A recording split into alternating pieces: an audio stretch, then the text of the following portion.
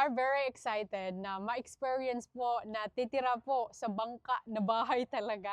Napakaganda po siya sa inside and si Dave po ang magiging captain po natin. I mean, this is not our first time na titira po sa dagat actually sa river kasi na-experience po namin yung buhay sa Pilipinas in the middle of the sea to our bungsod. Pero iba lang ito guys dahil napakaganda po talaga siya sa inside. Kompleto po lahat. At the moment nakapark pa po kami, hindi pa po kami nag-start pag-travel. And bago po ang lahat, houseboat tour muna tayo para makita po natin sa inside. Ito po yung front ng houseboat. Yung isang bangka guys, umalis na. And dito po, meron po ditong gate. As you can see guys, nakapark po ang houseboat dito po sa river. River po ito, marami pong isda, kaya mangingisda po kami. And of course, simulan na po natin pag-tour. Yung pag-park namin to kagabi, as in kailangan talaga malapit yan dito sa simento. Dahil at the moment, nandito po tayo sa playground, sa park. Marami din po ditong nagpa-parking ng mga houseboat. And tara, simulan na po natin pagpasok. So, meron po ditong gate. Lalak po yan. And then, buksan nyo lang po. Ganun lang siya. Then, sirado po natin. Tapos dito po ay yung fishing road po namin. Tapos meron po ditong kahoy. Just in case po gusto po namin mag-campfire. And ito po, lalagyan po dito ng basura. And pasok po tayo sa inside, malamig dahil winter. Malaki yung space dito. And punta na po tayo sa entrance door. Hi! Welcome! Come in! Excited na po ba kayo makita sa inside? Wow! Tingnan niyo po. Ganito po kaganda. First of all, dito muna tayo magsimula. So, dito po magdadrive si Captain David. And ito po ay GPS. Now, I'm your Captain, Mariel. So guys, you only need a car driver license para makapag-drive po kayo ng houseboat. And yes, na-drive na po namin ito yesterday afternoon. And dito po kami nag-park all night. Ang pag-drive nito ay para lang po siyang sasakyan dahil meron po dyan neutral, reverse, parking. And ito po yung sinasabi ko. At the moment, naka-off po lahat. Kailangan naka-off pag naka-parking po kayo. And pag nagtuturn po kayo, ito po yung gagamitin nyo. And actually, makikita nyo po yan na guide. Yan po ang mag-guide. Makikita nyo kung mag-turning left kayo or right or driving straight in the middle. And ito po yung napakalaking view nyo po. Pag nagda-drive po kayo, kailangan talaga nakatingin palagi dito po sa view nyo. At the moment, mga sasakyan pa po ang ating view dahil nandito po kami sa playground. Maraming tao and mamaya po ay mag-start na po kami pag-drive. Meron po itong reverse camera. So pag mag-start na po kami pag-drive, naka-on po dito yung camera. Pag naka-reverse po siya, makikita nyo po yung view sa likod. And of course, napakalaking tulong po yun para makita nyo po kung ano yung sa likod. And then dito po, makikita po natin clear, maraming tao, but this is actually tinted window. And of course, pwede nyo rin po masirado kasi in the night time, makikita po kayo ng tao. So lahat po ito ay may blinding po. Pwede nyo po masirado or pwede nyo pong buksan.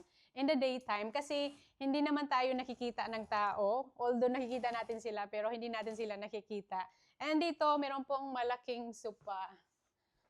And pwede po kayo dito mag-relax habang nagda-drive ang inyong captain at magtitingin ng view. And meron po ditong extra door. So besides sa main door na pinasok natin kanina, meron din po dito. So double lock po yung door dito. And then paglabas natin dito, yan.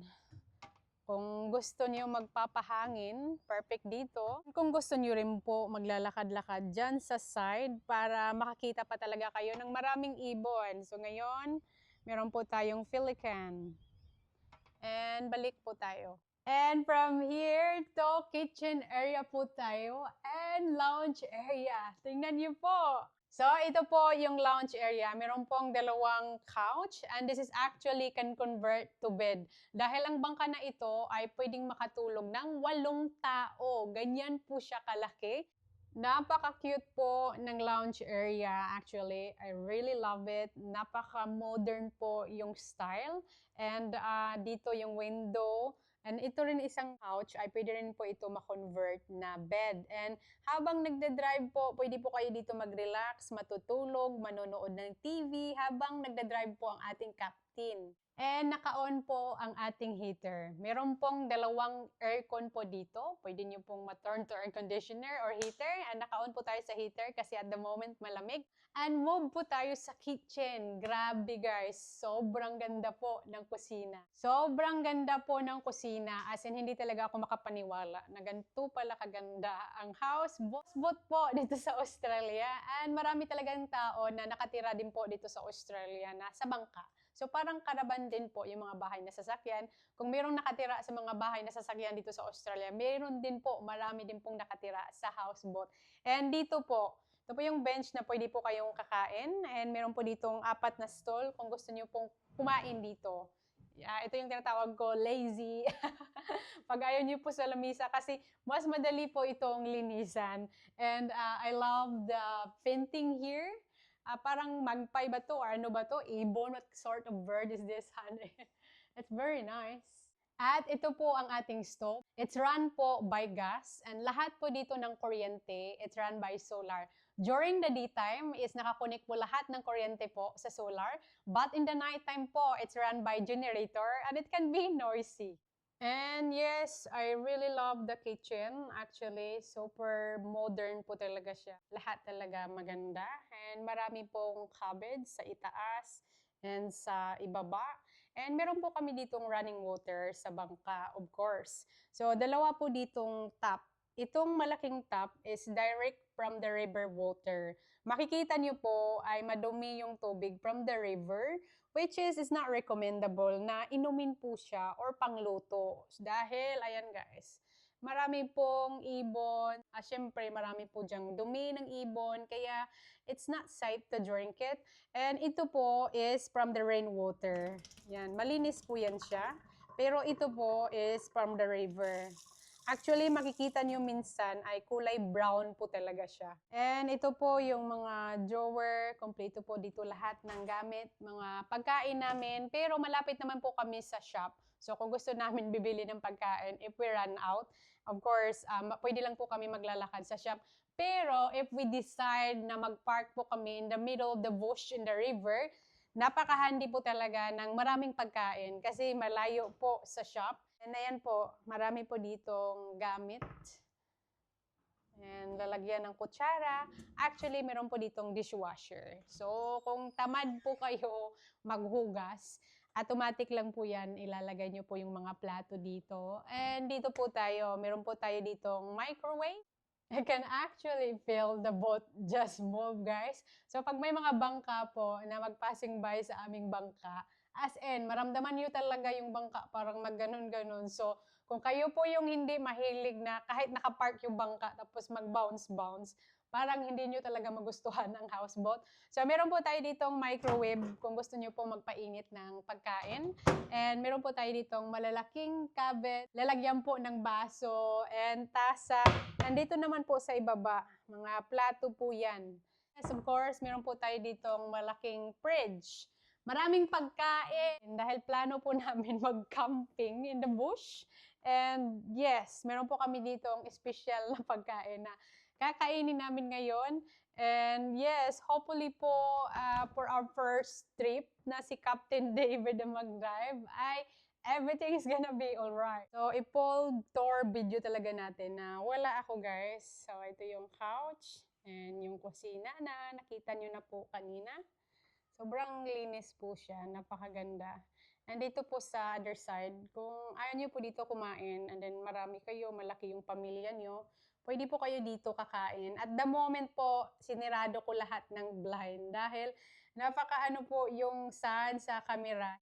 Now, simulan na po natin mag-tour sa kwarto. Ang bangka na ito ay mayroon pong 3 kwarto at simulan po natin sa kwarto ni Sylvester. And tara! Hi, Sylvester! Look at the boss!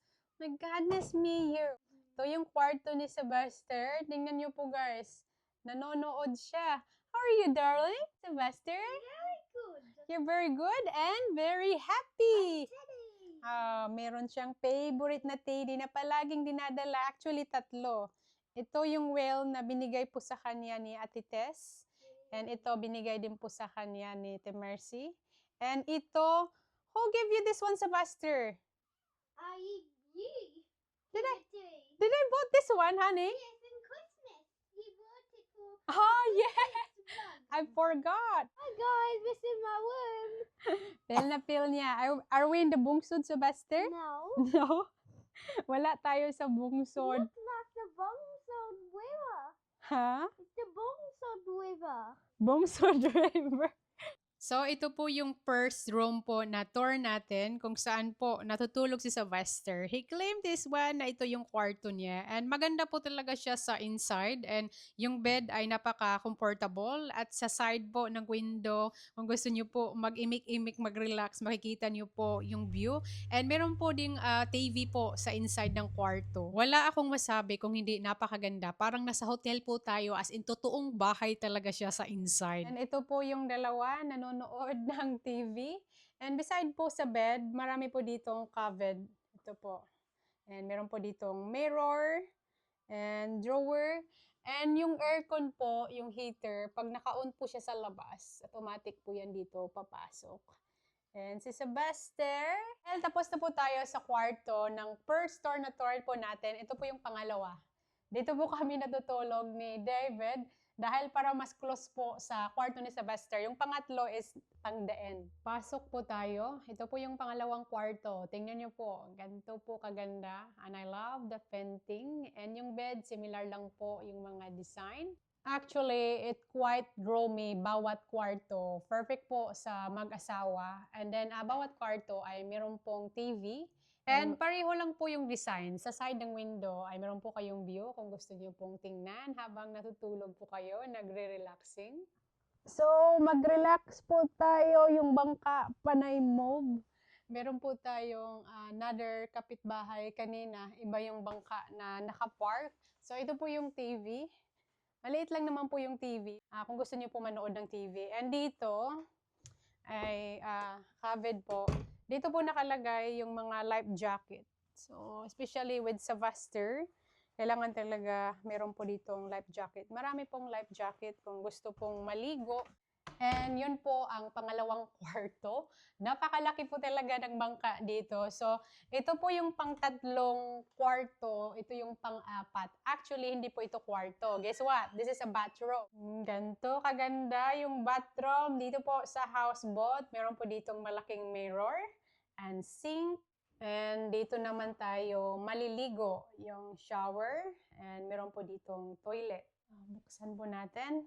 Meron po ditong hot and cold. Kung malamigin kayo, definitely kailangan nyo po ng heater. Pag winter, kailangan mainit yung gagamitin nyo. And ito po yung toilet. Wala pong umihi. Sa tubig po yan from the river. Dumi talaga yung tubig from the river. So yung toilet, how does it work? Kailangan nyo lang po yan i-press for long. Hindi po yung normal talaga na pareho sa atin sa bahay na pag i-flush mo, automatic nagpa-flush. So guys, again, hindi po yan ihi. This is a water from the river. Ganyan po ang kulay ng tubig from the river. So pag mag-flush po kayo, i-press mo lang po talaga for a long time. And then yung tubig, tataas siya. Tapos, ang mangyayari, ayan. Bababa siya, tapos yung tubig, babalik. Ganyan po.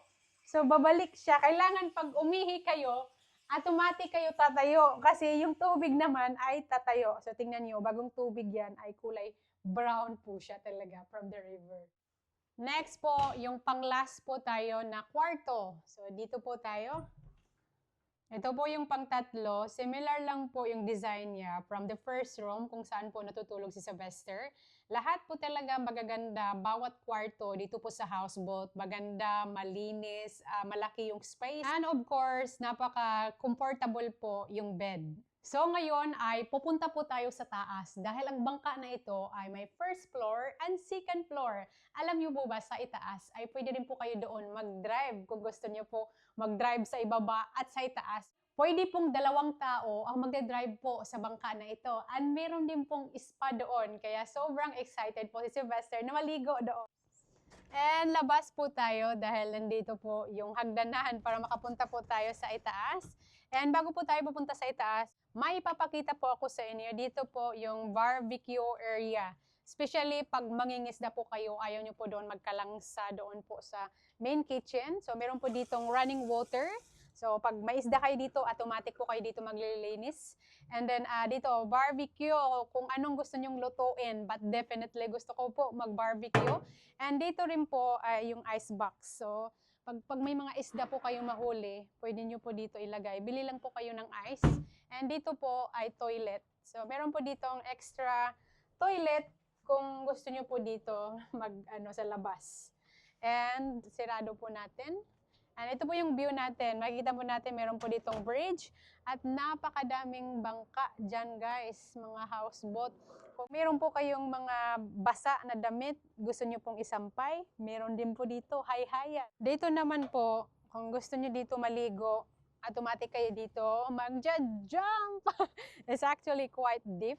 And meron nga dito, kung gusto nyo dito, ay baba to, para makapag-climb po kayo ng madali. And ito po yung engine. Ito yung makina na napakalaki. Ganyan po kalaki ang engine ng malaking bangka. Tapos mahangin dito, kaya pupunta na po tayo sa itaas. Hagdanan to second floor. Come in everyone. Come in. Let's go. Ito ang itsura sa itaas. Meron din po ditong lamisa kung gusto nyo po dito kakain. Naramdam nyo po yung view at hangin. And ito po yung spa. Hindi po naka-turn on. Ipapakita ko po sa inyo how to turn on. And ito po, dito po pwede po kayo mag-drive. Dalawang driver. So, kung gusto nyo mag-drive mag-asawa, pwede dito sa itaas. And dito, kung gusto nyo po mag-relax. And ito po yung view natin ngayon dahil nandito po tayo sa playground. And ito po yung river. Napakadaming ibon. Si Sebastian, gusto niyang maligo sa spa. Ito yung tubig. And kailangan nyo i-turn on dito po sa likod. Dito po sa likod, kailangan i-on. So ito yung tubig. Mag-boiling yan later on. But not very hot. Super boiling. And dito po, mag-turn on blower lights. Dave, just removing this one. So, yes. I-hit nyo lang po to 37. Actually, medyo warm siya kasi ginamit ni Sebastian kahapon. And ayan po. Slowly na po yan magwa-warm up. And napakaganda po talaga yung spa dahil nakaka-relaxing po talaga siya. It takes time po siya bago po mag-warm. I think makikita po natin yung temperature dito kung ilang degrees. Should be shown this one.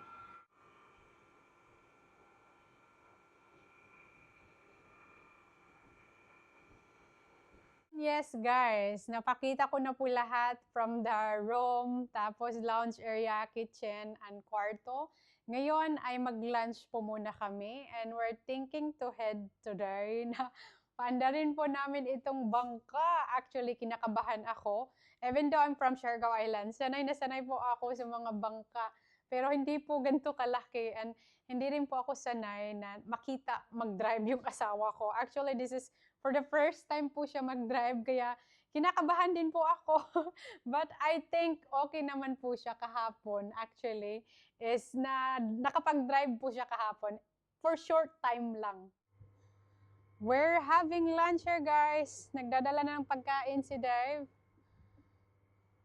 Buster! Hi! After we're gonna swim. Of course! Because there's a pool. Excited na, oh. Yes! Excited na maligo siya. Let's have a look how many degrees now. It should have a temperature here. Should show. Ito pala. Ay, ang init. 40 degrees. 40 degrees, honey. This is our food. We're having lunch with the yummy. Napakalaki. Which one do you want, Sebastian? The guy. But first of all, thank you, Lord, sa blessing. Napakaraming blessing and fruits. And hopefully, gabayan niyo po kami sa pag-drive namin mamaya. Na hindi po mabangga ni Dave. But I think we're all good. Kain po tayo. Cheese? Gusto niyang cheese. Ako, hindi ako sure kung anong kakainin ko kasi medyo mapili ako sa pagkain at the moment. Is it not spicy? No. Go, Buster! Nagmamadali na yan kasi pinapainit na yung spa.